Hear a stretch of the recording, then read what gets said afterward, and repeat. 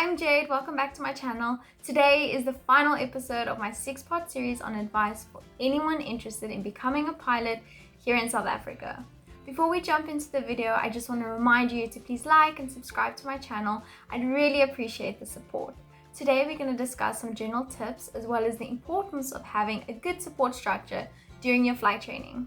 Just a reminder that this advice comes from my own experience and the experiences of my friends who have already completed their CPL here in South Africa. These are mistakes we made and things we wish we knew before we started our flight training. So we really hope that you can learn from these tips and tricks and that you enjoyed the series. Let's jump into it.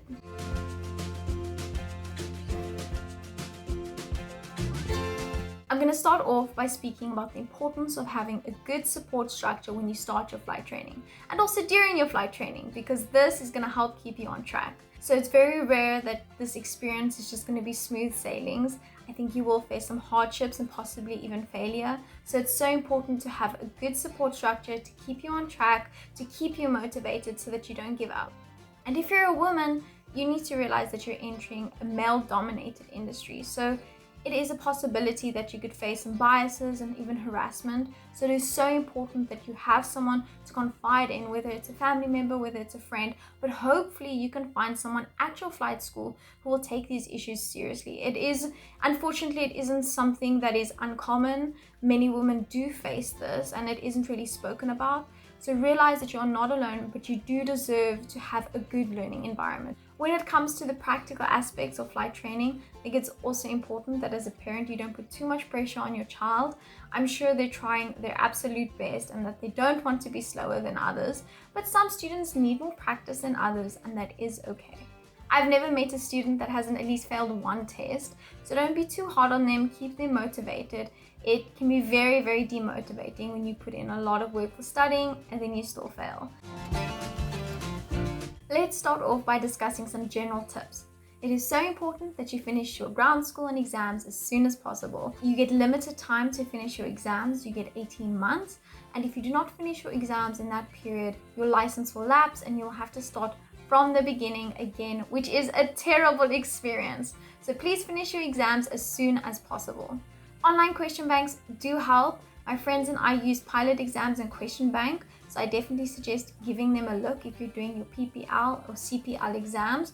But please do not fall for people who are making extraordinary claims. No one can guarantee that you will pass your exams, and please, flight training is already so expensive. Don't spend excessive amounts of money on question banks. Another very important tip is to not forget your pilot's license when you go to Johannesburg or Cape Town to write your exams, because they will not let you write your exam. Even if you have a copy, a certified copy, it does not matter. They want to see your actual pilot book with you. So make sure you do not forget it at home. When you write your exams, you need 75% or above to pass. And if you get a question wrong, unfortunately, they don't tell you which question you got wrong. They just give you the general topic that you need to do refreshing on. If you cancel your exam within a week of your test, you will unfortunately have to forfeit the money and will not get a refund. Some other advice would be to make use of home computer simulators if that is available to you. I also suggest listening to ATC on YouTube. This can really help you feel more comfortable with radio work. ATC is air traffic controllers, so that when you start your flight training, it's not as intimidating when you have to start to communicate with them. Good airmanship is an attitude, so please arrive on time, do the necessary pre-flight checks, safety briefings, radio calls, and make sure you clean up the aircraft once you're done. You do not want a bad reputation because it will stick with you. Networking is so important. The aviation world is very small and very competitive. So it is so important that you have friends that can keep you updated on any job opportunities once you finished your CPL and ATPL license. They can give you technical tips when you're doing a conversion, help you out with accommodation, and even help you with some tips on interviews.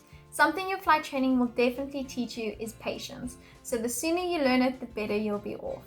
Sometimes when you're doing your flight training, the people who are booked to fly before you are still busy flying, and you'll wait on the ground for your turn while they take their time. And at many flight schools, they use older aircrafts that need to be serviced, or maybe there's an oil leak or a tire that is punctured.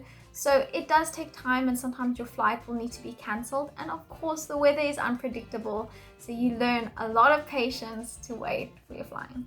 A lot of people romanticize flying, but unfortunately it comes with a lot of responsibility and a lot of stress.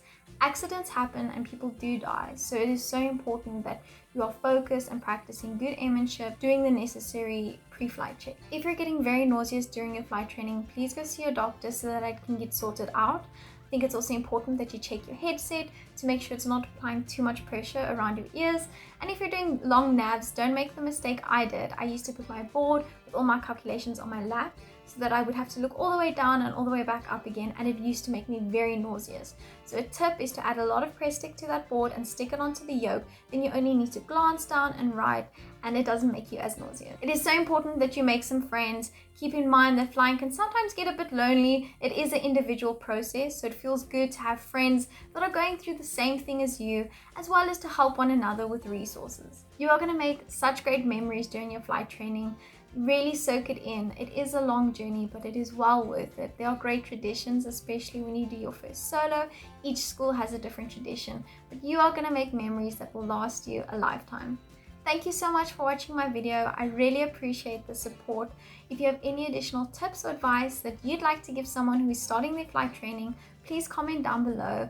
I hope you have a wonderful day. I'll insert some other videos from this flight series above that you can go check out. Have a good day.